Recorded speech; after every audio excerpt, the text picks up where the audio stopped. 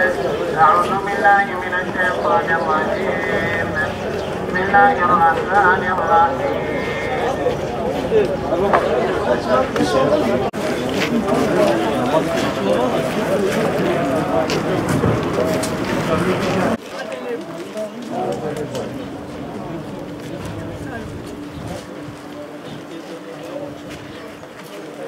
Kahrolsun İsrail! Kahrolsun İsrail! Kahrolsun İsrail! Kahrolsun İsrail! Kahrolsun İsrail! Kahrolsun İsrail! Kahrolsun! Bismillahirrahmanirrahim. Değerli kardeşlerimiz, bugün burada Siyonistlerin Kudüs'e ve Filistin'e yönelik gerçekleştirdiği saldırıları kınamak ve lanetlemek için toplanmış bulunmaktayız. Hamd alemlerin Rabbi olan Allah'a mahsustur. Selatü selam onun kulu ve elçisi olan Hazreti Muhammed'e sallallahu aleyhi ve sellem, pak ehli beytine ve güzide ashabına olsun inşallah. Değerli kardeşlerimiz, Yüce Rabbimiz İsra suresi 1. ayette Mescid-i Aksa ile ilgili şöyle buyurmaktadır. Bir gece kendisine bazı ayetlerimizi gösterelim diye kulunu Mescid-i Haram'dan çevresini mübarek kıldığımız Mescid-i Aksa'ya götüren Allah tüm eksikliklerden münezzehtir. O gerçekten her şeyi işitmekte ve her şeyi görmektedir.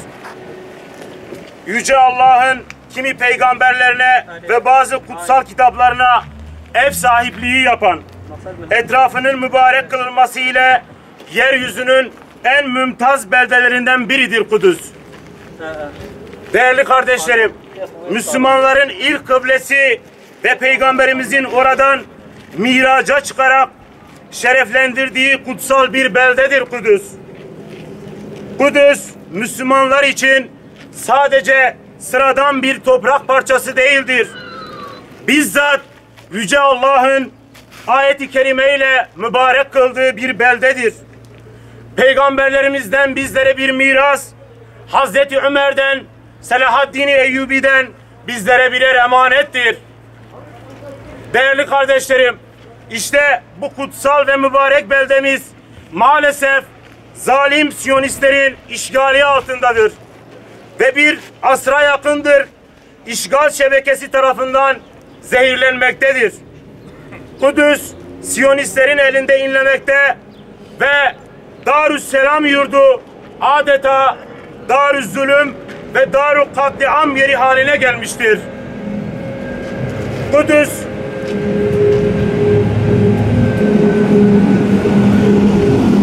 değerli kardeşlerim, Kudüs ve Mescid-i Aksa Müslümanların kendisini huzura kavuşturacağı günü özlemle beklemektedir.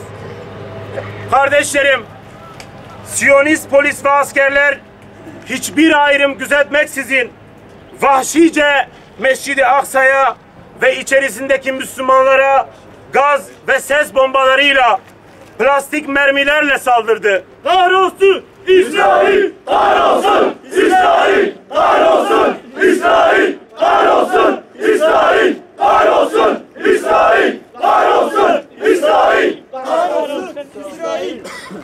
Müslümanların üzerine arabalar sürerek onları ezmek istediler. Maalesef aralarında ağır yaralıların da olduğu yüzlerce Müslüman yaralandı, onlarcası gözaltına alındı ve maalesef bugüne dek onlarca Müslüman şehit edildi. Elhamdülillah Müslüman beldelerini Müslümanlar Aksa'ya siper ederek kendi bedenleri işgale izin vermediler. Büyük bir kibir ve gururla gelen zalim Siyonistler bu izzetli direniş karşısında gerisin geri kaçmak zorunda kaldılar. Değerli kardeşlerim, Siyonist işgalcilerin bu pervasızlığı onların gücünden ve cesaretinden kaynaklanmıyor. Onların saldırılarını her gün biraz daha genişletmelerinin en büyük nedeni İslam dünyasının dağınıklığı, duyarsızlığı ve kutsallarımıza yaptıkları saldırıları sözlü olarak kınamakla yetinen İslam ülkeleri yöneticilerinin samimiyetsizliğidir maalesef. Müslümanlar Mescid-i Aksa'ya yapılan bu alçakça saldırıların kabul edilemeyeceğini en gür sesle dile getirmelidirler. Her nerede olursak olalım bu saldırıları telin etmek, lanetlemek ve kendi ülkelerinin yöneticilerini harekete geçirmeye zorlamak için seslerini yükseltmelidirler. Gazze'ye selam, direnişe devam. Gazze'ye selam, direnişe devam. Gazze'ye selam, direnişe devam. Gazze'ye selam, direnişe devam. Siyonist saldırılar devam ettikçe, arttıkça tepkilerimiz de devam ederek artmalıdır kardeşlerim. Değerli kardeşlerim, Mescid-i Aksa ve Kudüs davası sadece ama sadece Filistinlilerin ya da sadece Arapların davası değildir. Bütün Müslümanların davasıdır. Mescid-i Aksa'yı savunmak sadece Filistinlilerin değil, bütün ümmetin görevidir kardeşlerim. Bu nedenle Aksa'yı en ön cephede savunan müminler asla ama asla yalnız ve yardımsız bırakılmamalıdır. Ey İslam ülkelerinin yöneticileri, sizler yeri geldiği zaman İsrail bir terör devletidir diyorsunuz ki doğru söylüyorsunuz. İsrail bir terör şebekesi ise o zaman teröre ve teröriste her türlü yardım suçtur. Siyonist vahşeti sadece ama sadece kınamakla yetinmeyin. Siyasi, ekonomik, askeri, diplomatik alanlarda somut yaptırımlar için ivedilikle adımlar atın. Değerli kardeşlerim, son olarak şunu ifade etmek isteriz ki Siyonistlerle normalleşme adımlarını hızlandıran İslam ülkelerinin yöneticileri bugün olmasa da yarın tarih önünde yargılanacak ve mutlaka mahkum olacaklardır. Muhammed'in ordusu, zalimlerin korkusu. Muhammed'in ordusu, zalimlerin korkusu. Muhammed'in ordusu, zalimlerin korkusu.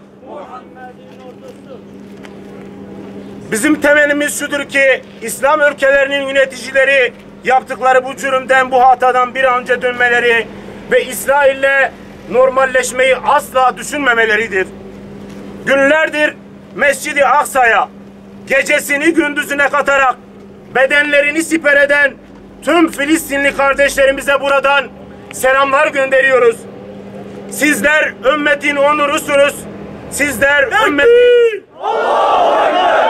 Ekber! Allahu Ekber! Sizler ümmetin onurunu koruyorsunuz. Zalimlere karşı dik duruşunuz elbette zaferi getirecektir.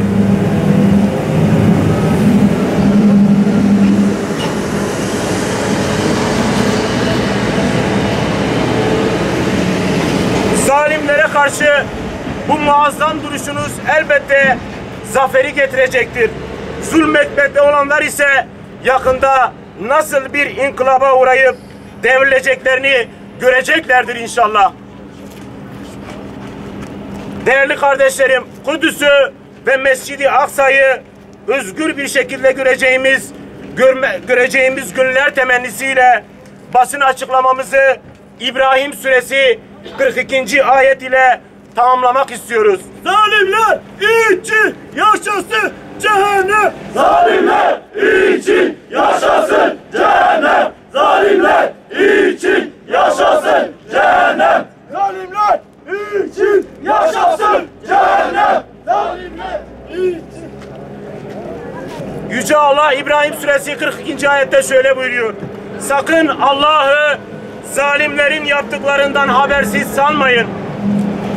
Allah onları ancak gözlerin dehşetle baka kalacakları bir güne erteliyor. Sakın Allah'ı zalimlerin yaptıklarından habersiz sanmayın. Allah onları ancak gözlerin dehşetle baka kalacağı bir güne erteliyor. Değerli kardeşlerim. Allah!